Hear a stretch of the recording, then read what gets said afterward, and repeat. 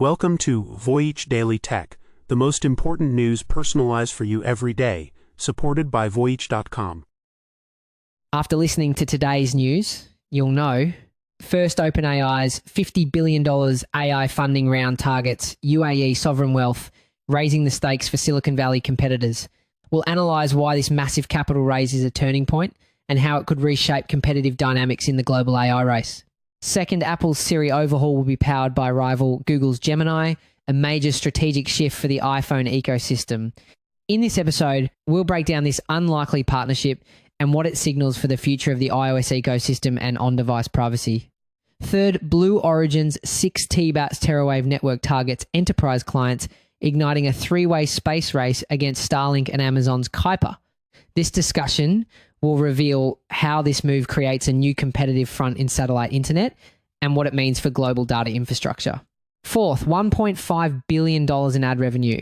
Netflix's new growth engine transforms its business model and fuels its acquisition strategy. We'll explore how this ad tech arms race could transform streaming monetization and even change the way Netflix produces its original shows. Fifth, AI-powered robotic pharmacies face a funding crisis, creating a tech divide despite a £3.1 billion government funding increase. So we'll discuss why this financial paradox matters and what it means to the future of healthcare automation and small business viability. OpenAI is reportedly trying to raise a staggering $50 billion. So what's behind this massive number? It boils down to one thing: the absolutely explosive cost of building these frontier AI models. For perspective, training GPT-4 cost over $100 million. But the next version, GPT-5, is estimated to cost over $600 million just for the initial training run.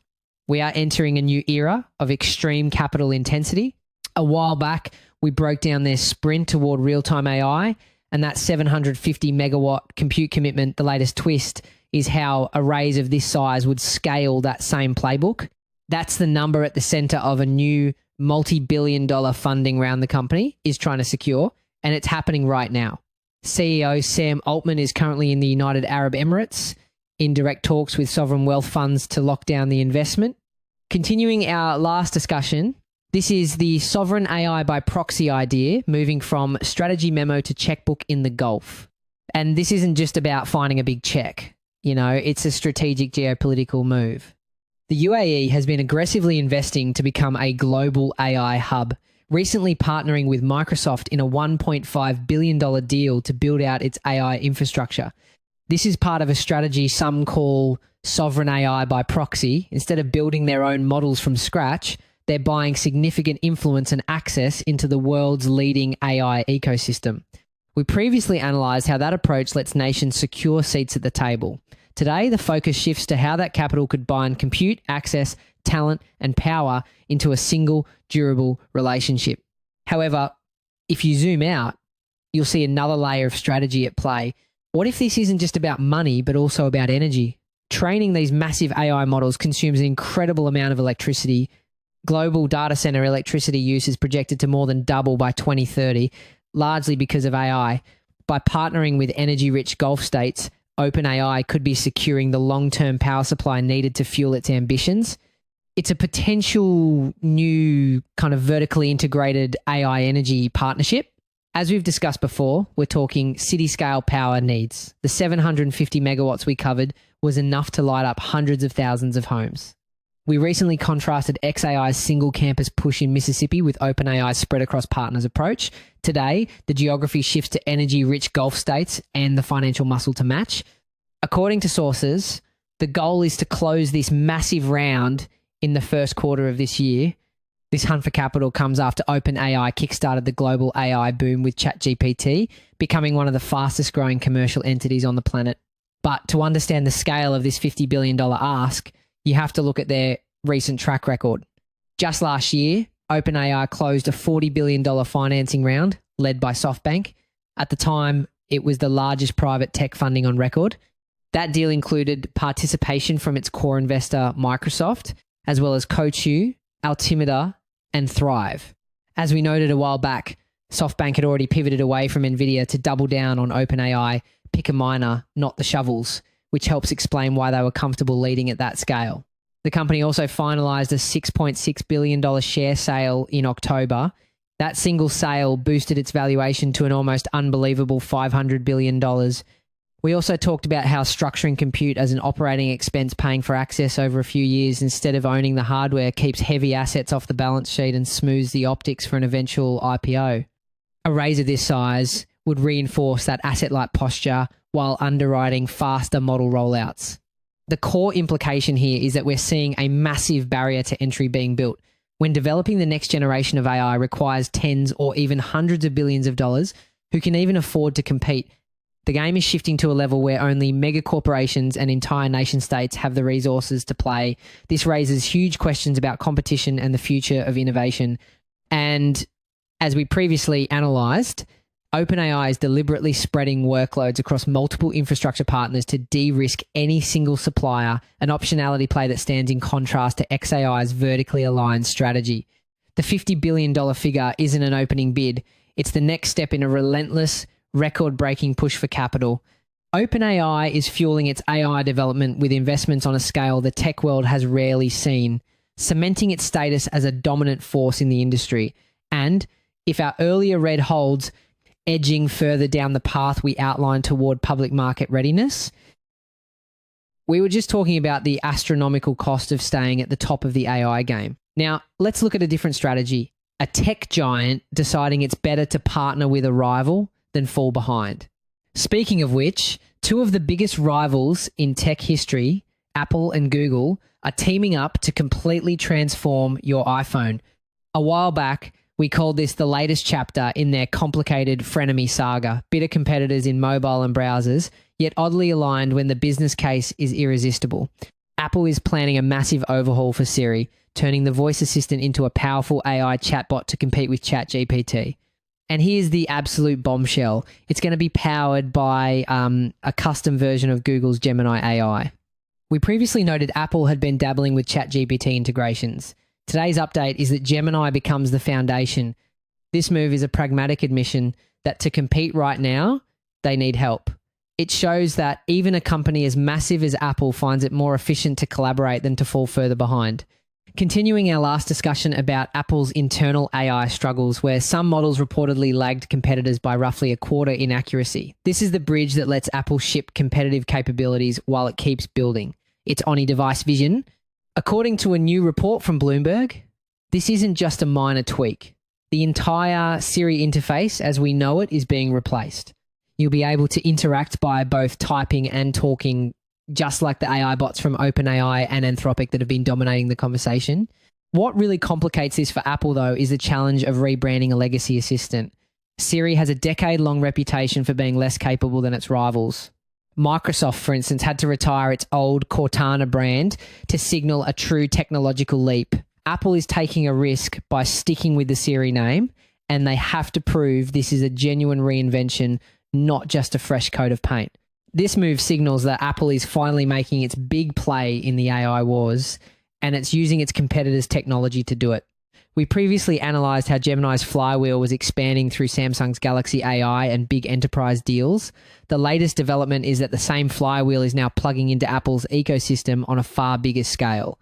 Now, get this. This project, reportedly codenamed Campos, is part of a multi-year partnership between the two tech giants. The reported cost for Apple is around $5 billion. That's a massive investment.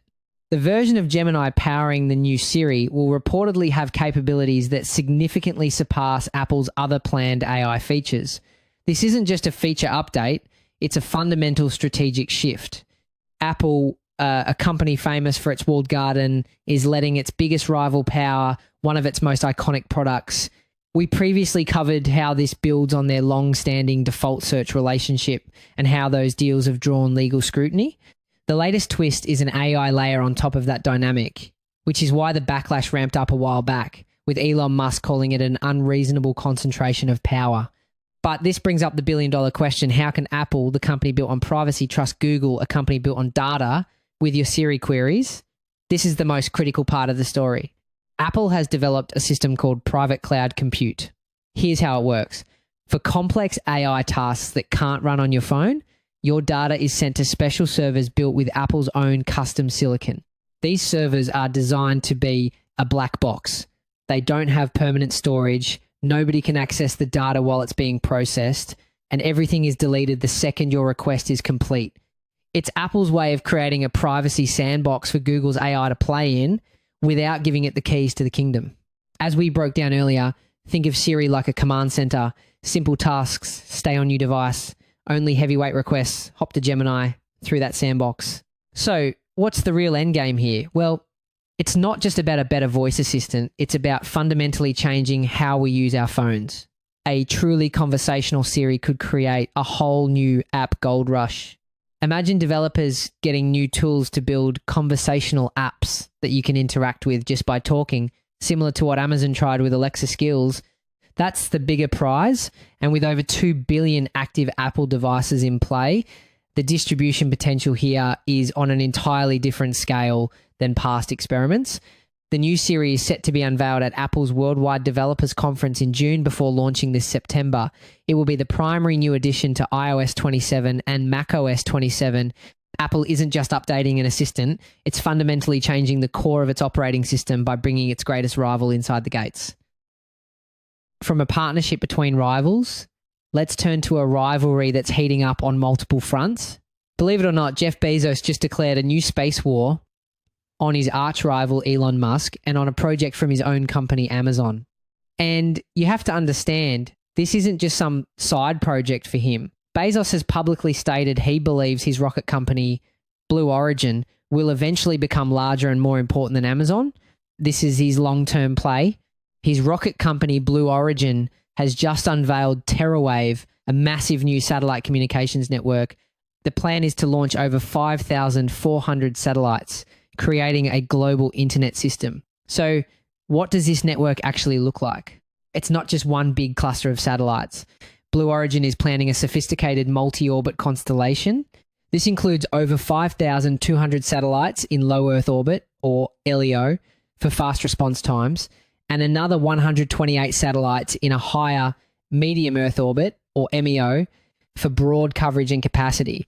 They're all designed to be interconnected with optical laser links, essentially creating a fiber optic network in space. But the real jaw dropper is the speed.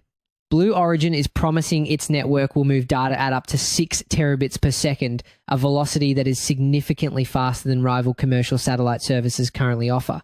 So how do they plan to hit that insane number? Interestingly enough, that 6 terabits per second figure comes from the high capacity MEO satellites using those optical links I just mentioned. For individual customers on the ground, the plan is to offer speeds up to 144 gigabits per second. The key is that this hybrid LEO and MEO approach is designed for incredible reliability and massive throughput, balancing speed with global coverage. This puts TeraWave on a direct collision course with Elon Musk's Starlink, the SpaceX venture that currently dominates the market. This is where the situation takes a more complex turn. Another major competitor is Amazon's own satellite venture. Jeff Bezos isn't just the founder of Blue Origin, he is still the executive chairman of Amazon. This is what makes the story so fascinating. It looks like a civil war within the Bezos empire, but it might be a brilliant multi-pronged strategy. You see, Amazon's Project Kuiper, with its 3,200 satellites, is aimed at providing global internet to the public, directly competing with Starlink. This new TeraWave network, however, is going after a different prize. This isn't a simple copycat strategy, though. There's a critical difference in the battle plan. While Starlink and Amazon are focused on bringing internet to the general public, Blue Origin says TeraWave will be laser focused on a different prize: data centers, major businesses, and governments. It's a high-stakes play for the world's most critical data infrastructure. From a global perspective, this decision is significant. Governments and intelligence agencies are increasingly wary of relying on a single provider for their secure communications right now. That's largely Elon Musk's Starshield, the government-focused version of Starlink. By creating TeraWave, Bezos is offering an alternative. For allied nations, having 2 major US-based providers to choose from means they can diversify their critical infrastructure, reducing their dependence on any one company or personality. Even with thousands of satellites, Blue Origin will still have a smaller fleet than Starlink currently operates. But with launches scheduled to begin by the end of 2027, the chessboard is being reset. Of course, meeting that 2027 deadline is an enormous challenge. Blue Origin's heavy lift rocket, the New Glenn, has faced years of delays. While it did have its first successful orbital launch in early 2025, scaling up production and launch frequency to deploy thousands of satellites in just a couple of years is a monumental task. This creates a potential bottleneck and raises the question of whether Blue Origin might have to buy launches from a competitor, maybe even SpaceX, just to get its network online. The battle for the internet was already being fought on Earth. Now, a three-way race between Blue Origin, SpaceX, and Amazon is taking that fight to the stars, with one of the world's most powerful tech figures now competing on two different sides of the conflict. And as we watch this race unfold, it's important to remember the bigger picture. Adding thousands of new satellites from TeraWave on top of those from Starlink and Kuiper dramatically increases the traffic in Earth's orbit. This makes strategies for deorbiting old satellites and preventing space junk more critical than ever to ensure that this new frontier of competition doesn't become an unmanageable cosmic junkyard. We were just talking about a capital-intensive race to the stars. Now, let's shift our focus to a different kind of strategic battle, one that's transforming the streaming world. The most unexpected news in this space has to be this. While everyone was distracted by Netflix's recent pursuit to acquire Warner Brothers Discovery, a bombshell number was hiding in its latest earnings report. And that acquisition rumor, it's actually more important than you think. A successful multi-billion-dollar advertising business completely changes why Netflix would want a legacy media company. With a powerful ad engine, they aren't just buying subscribers, they're buying massive content libraries that can be immediately monetized with ads. It turns a potential purchase from a simple content grab into a strategic cash-generating machine. The company that for years rejected the entire idea of advertising just revealed its ad business has exploded, pulling in over $1.5 billion in revenue last year. And if you think that's the whole story, it's not. Netflix projects that number is set to double this year alone. What's really going on is an ad tech arms race. They are building their own proprietary advertising technology, moving away from partners like Microsoft to gain total control. The secret sauce here is their binge-watching model, which gives them a treasure trove of data that competitors like YouTube or Hulu can't easily replicate. They know what you watch, when you watch, and for how long. This allows them to offer advertisers incredibly precise targeting, which is why this new business is growing so fast. This massive pivot comes as total company revenue jumped almost 16%, with net income soaring 26%. But the road here wasn't smooth. Wall Street analysts noted the ad business was slower out of the gate than they'd originally forecast. Now, however, they say a new chapter is beginning, with one firm noting that advertising revenue growth is finally hitting its stride. This is the moment Netflix leadership has been waiting for, with co-CEO Greg Peters declaring on a recent call that the opportunity ahead is, in his words, massive. This all begs the question, what's the real endgame here? It's a two-pronged attack.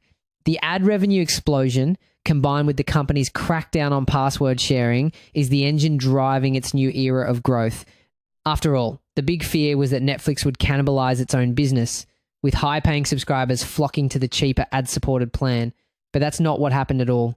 Research shows that only about 11% of ad tier users actually downgraded from an ad-free plan. A stunning 65% are brand new subscribers. This proves the ad plan isn't just a downgrade option. It's a powerful gateway bringing new, often younger audiences into the Netflix ecosystem. The strategy is clearly working, helping to build an empire of 325 million global subscribers. It turns out the company that pioneered the subscription-only streaming model has now built a formidable new money-making machine. As the revenue gap between ad-supported plans and standard plans continues to narrow, Netflix is proving that its big gamble on advertising isn't just paying off, it's fueling its ambition to dominate the entire industry. And this shift has huge implications for the shows themselves. The need to keep advertisers happy could fundamentally change how shows are made, potentially shifting production strategy closer to traditional broadcast TV, where stories have to be structured around commercial breaks and be brand safe.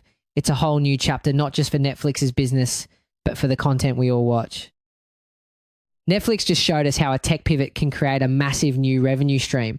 But on the flip side, sometimes adopting new tech isn't about growth, but about survival, and even that can be a struggle.